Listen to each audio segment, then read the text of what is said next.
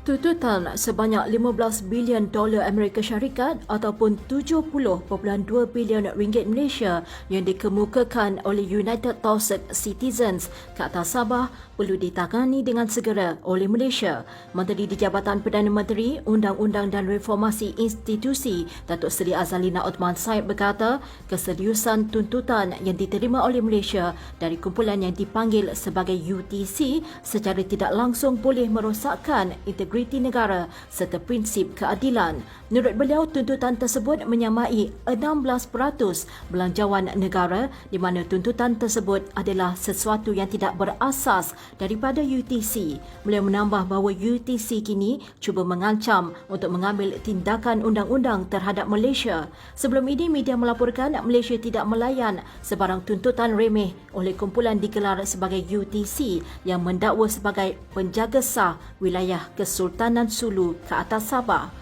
Azalina berkata UTC meminta kerajaan Malaysia untuk membuat pembayaran segera yang didakwa mereka sebagai wang penyerahan wilayah dan mengiktiraf UTC sebagai kerajaan berdaulat dan merdeka.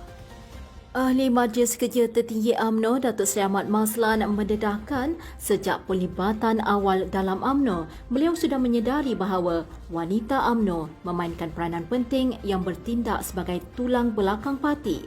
Beliau telah menzahirkan penghargaannya terhadap kesungguhan dan komitmen wanita UMNO sejak pelibatan beliau dalam parti tersebut, iaitu sejak tahun 1989.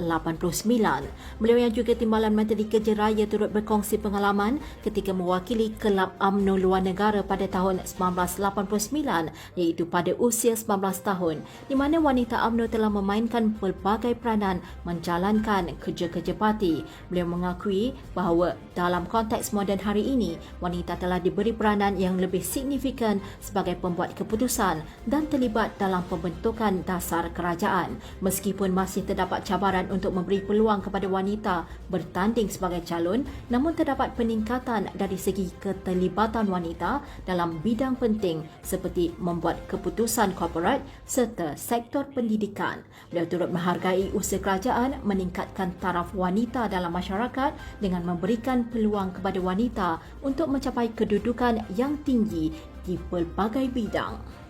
Menteri Pembangunan Wanita, Keluarga dan Masyarakat Datuk Seri Dr. Noraini Ahmad mengumumkan beberapa langkah yang diambil oleh Jabatan Kebajikan Masyarakat JKM dalam menangani isu pengemis secara jangka pendek dan jangka panjang. Beliau yang juga Ketua Wanita UMNO Malaysia berkata, usaha tersebut termasuk operasi menyelamat orang papa secara ad hoc, berjadual atau berkala di kawasan hotspot seperti Kuala Lumpur. Mengulas lanjut, JKM sedang bekerjasama dengan agensi lain dalam melaksanakan operasi secara bersepadu selaras dengan pelbagai akta yang berkaitan. Beliau menjelaskan bahawa dapatan kajian akan menjadi asas untuk merumuskan mekanisme penyelesaian isu pengemisan, gelandangan, pemulihan dan penguatkuasaan yang lebih baik. Ketua Penerangan UMNO Malaysia, Datuk Seri Azalina Othman Said menyatakan keyakinannya bahawa UMNO akan terus menjadi tonggak utama perjuangan orang Melayu di negara ini.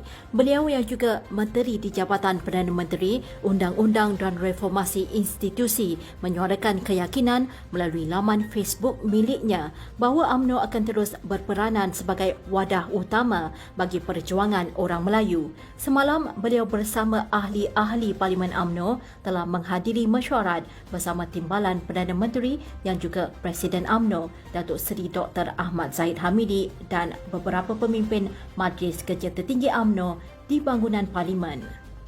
Timbalan Menteri Luar Negeri Datuk Muhammad Al-Amin menegaskan bahawa Malaysia tetap mengamalkan pendekatan prinsipal dalam menyokong pengembalian hak mutlak dan bebas kepada rakyat Palestin. Tegasnya, Kementerian Luar Negeri sentiasa mempertingkatkan usaha dalam mempertahankan kepentingan negara dan menjadi suara utama dalam memperjuangkan keadilan serta keamanan sejagat. Beliau menegaskan bahawa pendirian Malaysia mengenai isu Palestin bukanlah sesuatu yang baru, tetapi telah lama menjadi komitmen negara.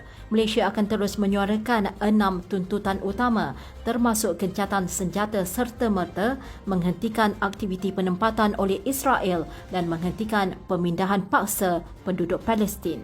Selain itu, Malaysia akan terus menyokong inisiatif keamanan dan rundingan untuk penyelesaian dua negara berdasarkan garis sempadan PRA 1967 serta memerangi peningkatan Islamofobia.